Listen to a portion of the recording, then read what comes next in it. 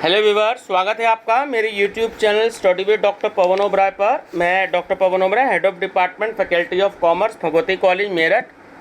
Viewers, अभी मैंने part 1 upload किया है कॉर्पोरेट अकाउंटिंग का सीसेस यूनिवर्सिटी मेरठ के लिए पार्ट 1। और जो आपका है chapter issue forfeiture and issue of shares, और दूसरा TGT PGT NTA NET TGT PGT BEd entrance और असिस्टेंट अकाउंटेंट के लिए। देखिए, मैं अदर यूट्यूब क्रिएटर्स की तरह जो है मैं अलग से नहीं देता हूँ कि ये बीएड के लिए है या ये आपका टीजीटी के लिए है या ये आपका पीजीटी के लिए है। मैं जो भी कोई एमसीक्यूज़ आपके प्रिपेयर करता हूँ तो वो मैं बीएड क्योंकि वही देखिए बीएड एंट्रेंस के लिए भी आते हैं, वही टीजीटी के लिए भी आते हैं, वही पीजीटी के लिए भी आते हैं, और वही असिस्टेंट अकाउंटेंट या जूनियर अकाउंटेंट के लिए भी आते हैं। तो बस अंतर इतना होता है कि बीएड एंट्रेंस में थोड़ा थोड़ा कोर्स होता है, तो इसलिए उसको जो है कुछ यूट्यूब वाले जो है अपना अलग तरीके से देते हैं। टीजीटी का और पीजीटी का देखिए लगभग सेम साइज होता है, थोड़ा बहुत अंतर होता है। और आपका अगर असिस्टेंट अकाउंटेंट देखें तो उसमें भी आपके लगभग कंप्लीट सिलेबस होते हैं। तो इसलिए अलग अलग वीडियो मैं नहीं बनाता, सिर्फ मैं एक ही वीडियो बनाता हूँ और उसको दो तरीके से मैं अपलोड कर देता हूँ, क्योंकि अगर वो बीकॉम थर्ड ईयर में भी है या सेकेंड ईयर में भी है और हमारे टीजीटी पीजीटी में भी है, तो उससे अननेसेसरी फ़ायदा नहीं है कि हम उसको इस तरीके से दें कि बीएड एंट्रेंस पार्ट 1 या बीएड एंट्रेंस पार्ट 2। तो वो एक ही वीडियो मैं बनाता हूँ। ठीक है व्यूअर्स, फर्स्ट टाइम आप मेरा चैनल देख रहे हैं तो study with doctor Pawan Oberoi subscribe कर लीजिएगा और आप बेल आइकन प्रेस करके ऑल नोटिफिकेशन आ जाएं जिससे।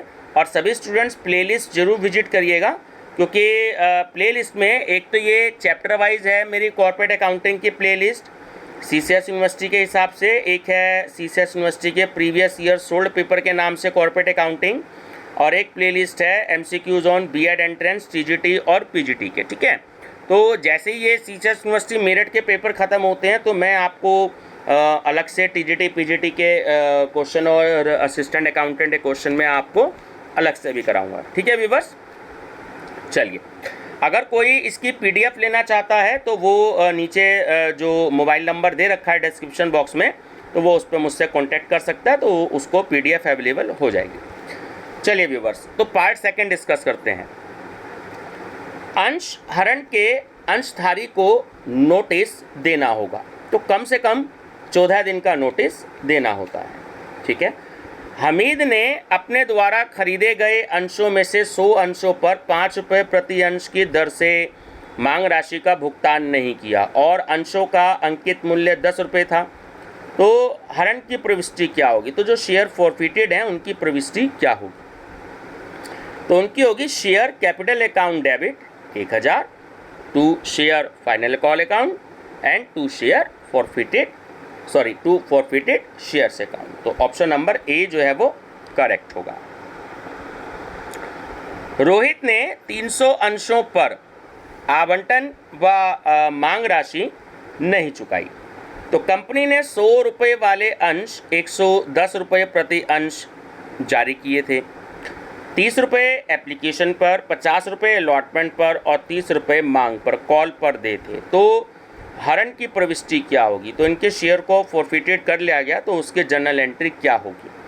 तो ऑप्शन नंबर सी होगी, शेयर कैपिटल अकाउंट डेबिट 30,000 रुपये, share premium reserve account debit 3,000 रुपये, to share allotment account 15,000, to share final account 9,000 and to share forfeited account 9,000 रुपये। ठीक है, चलिए नेक्स्ट है 72।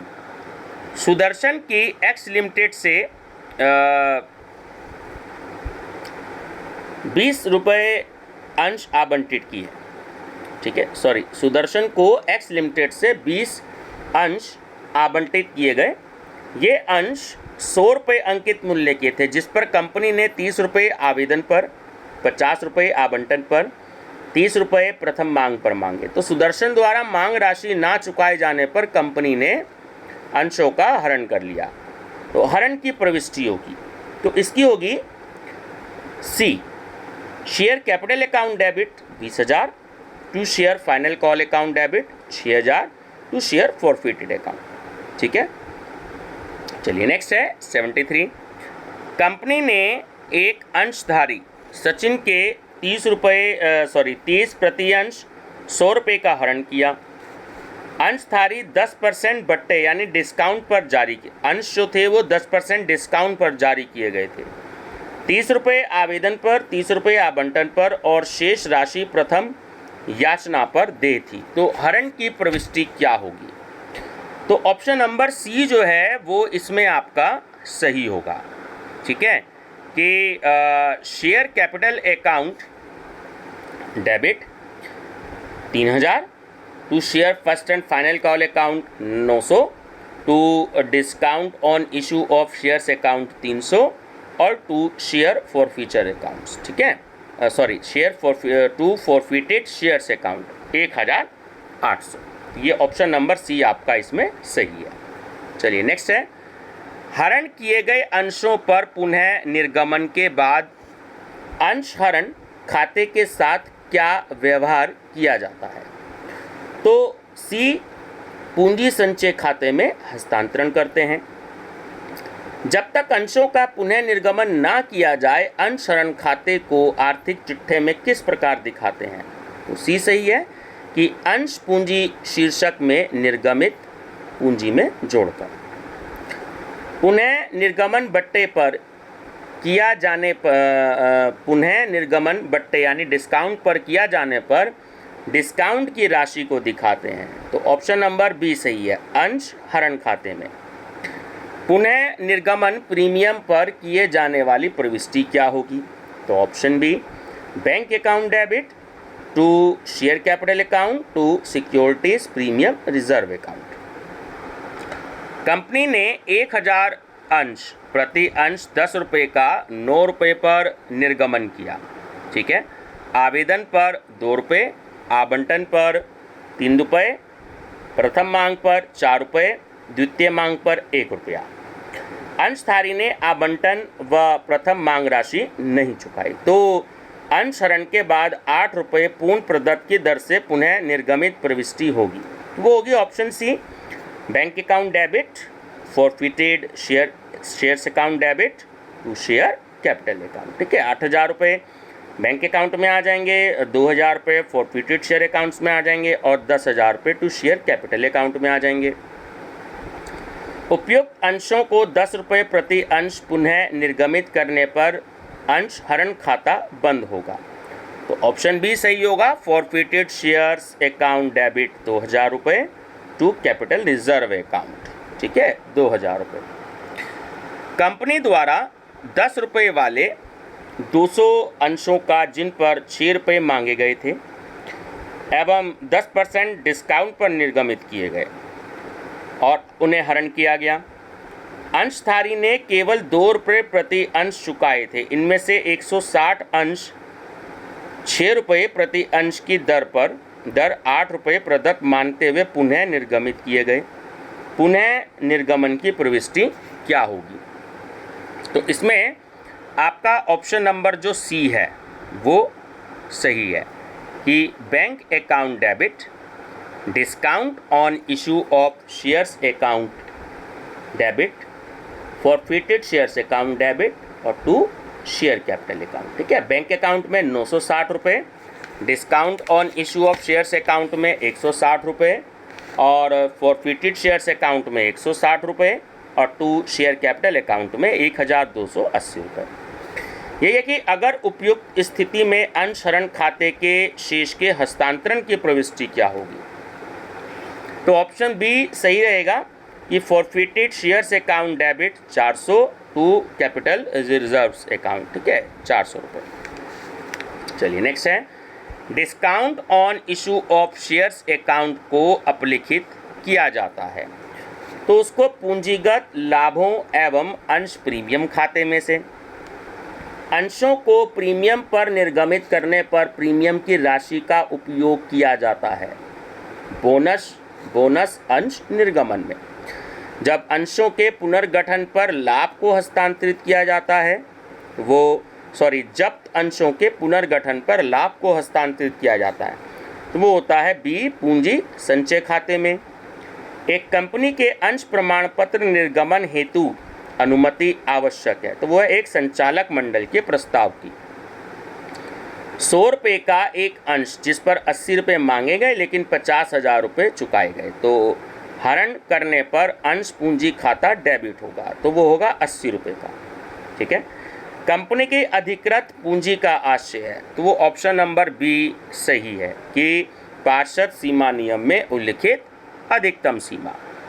अंकित पूंजी का आशय है, तो देखिए अंकित पूंजी का आशय होता है आपका अधिकृत पूंजी से।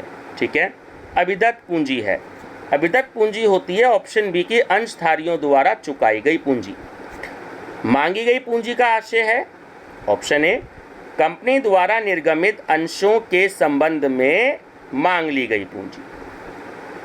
संचित पूंजी का आशय है, तो देखिए संचित पूंजी का आशय मतलब कंपनी द्वारा समापन के समय मांगी जाने वाली पूंजी। ठीक है। अधिकृत पूंजी का चिट्ठे में महत्व है, तो ऑप्शन सी सही है कि यह अंशधारियों एवं जनता को सूचना देने हेतु लिखी जाती है। ठीक। संचित पूंजी के निर्धारण हेतु आवश्यक है, बहुत ही इंपॉर्टेंट क्वेश्चन है, तो उसमें आपका ऑप्शन नंबर डी करेक्ट है कि कंपनी का विशेष प्रस्ताव पारित करना। मांग राशि का भुगतान करने हेतु अंशधारी को समय मिलना चाहिए, कम से कम 14 दिन का। मांग राशि अंकित मूल्य से अधिक नहीं हो, ठीक है, 25% से। ठीक है। दो मांग राशियों के बीच अंतर होना चाहिए, कम से कम 1 महीने का। न्यूनतम अभिदान राशि सेबी के दिशा निर्देशों के अनुसार कुल निर्गमन के बराबर होनी चाहिए, 90%। यदि कंपनी निर्गमन बंद होने के 30 दिन के भीतर अंशों का आवंटन नहीं करती है तो आवेदन राशि लौटानी होगी, तो वो 15% ब्याज सहित। ठीक है, ये भी इम्पोर्टेंट क्वेश्चन है। प्रारंभिक व्ययों की प्रकृति है, तो देखिए वो होती है पूंजीगत। प्रारंभिक व्ययों का संबंध होता है निर्माण से। एक कंपनी का निर्माण 100 रुपये वाले 20,000 अंशों से हुआ। जनता में कंपनी ने 9,000 अंश निर्गमित किए 110 रुपये प्रति अंश की दर से। जनता ने 8,000 अंश खरीदे, कंपनी ने 80 रुपये प्रति अंश मांग लिए। 200 अंशों के धारक ने आवंटन और प्रथम मांग के 50 रुपये नहीं चुकाए। आवेदन राशि 30 रुपये प्रति अंश थी, तो कंपनी की निर्गमित पूंजी होगी, वो होगी 8 लाख रुपये। ठीक है। उपयुक्त प्रश्न 101 में अभिदत्त पूंजी होगी, वो होगी 6,40,000 रुपये। उपयुक्त प्रश्न 101 के अनुसार प्रदत्त पूंजी होगी, वो होगी आपकी 6,30,000 रुपये। फिर है उपयुक्त प्रश्न 101 में बकाया मांग की राशि है, तो वो होगी 12,000 रुपये। फिर उपयुक्त प्रश्न में प्रीमियम 101 में प्रीमियम की बकाया राशि होगी 2,000 रुपये।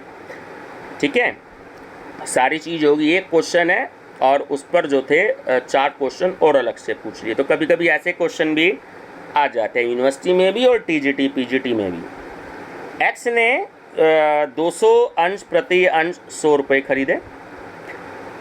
कंपनी ने आवेदन पर 20 रुपये, आवंटन पर प्रीमियम सहित 35 रुपये, प्रथम मांग दर 25 रुपये तथा द्वितीय मांग पर 25 रुपये मांगे, तो एक्स आवेदन राशि के अलावा कुछ नहीं चुका सका।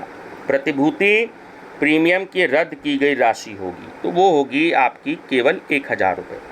ठीक है। उपयुक्त प्रश्न 106 में अंश हरण खाते का शेष है, तो वो है 4,000 रुपये। उपयुक्त प्रश्न 106 में अंश आवंटन खाते में क्रेडिट की गई राशि होगी, तो वो होगी 7,000 रुपये। ठीक है।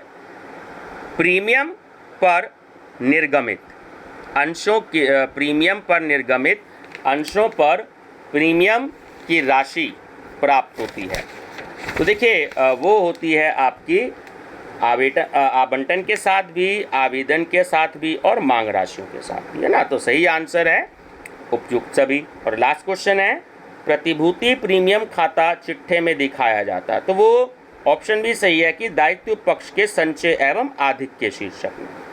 ये व्यूवर्स नीचे आंसर शीट है, मैंने इसलिए पहले इसको PDF फाइल बनाई और उसके बाद फिर मैंने आंसर नहीं लगाए थे, तो वो आपके साथ मैंने डिस्कस नहीं किए, इसलिए मैंने नाम दिया है रिवीजन क्वेश्चन। तो मेरे पास काफ़ी सारे क्वेश्चंस हैं, तो आपके एग्ज़ाम्स जो हैं वो आने वाले हैं, तो मैं मैनेजमेंट अकाउंटिंग के क्वेश्चंस भी आपसे डिस्कस करूंगा और मैं कॉर्पोरेट अकाउंटिंग के क्वेश्चंस भी आपसे डिस्कस करूंगा, क्योंकि इन्हीं की जो है वो डिमांड ज़्यादा है ना। ये थोड़े से थ्योरी पेपर हैं, तो इसमें बच्चों को थोड़ा सा ज़्यादा डर लगता है, तो ये मैं आपसे डिस्कस करूँगा।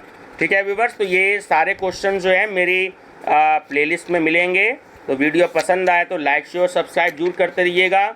और यही क्वेश्चन आपके TGT PGT BEd एंट्रेंस और असिस्टेंट अकाउंटेंट के लिए भी होंगे, और TGT PGT वालों के लिए मैं अलग से भी क्वेश्चन जो हैं प्रोवाइड कराऊंगा। मेरे साथ बने रहिएगा मेरे चैनल पर। प्रीवियस ईयर के क्वेश्चन पेपर भी मैं आपको सॉल्व करवाऊंगा। मेरे पे और भी क्वेश्चन है, 4-5 क्वेश्चन पेपर मेरे पास इंग्लिश मीडियम में भी है। ठीक है व्यूअर्स, थैंक यू।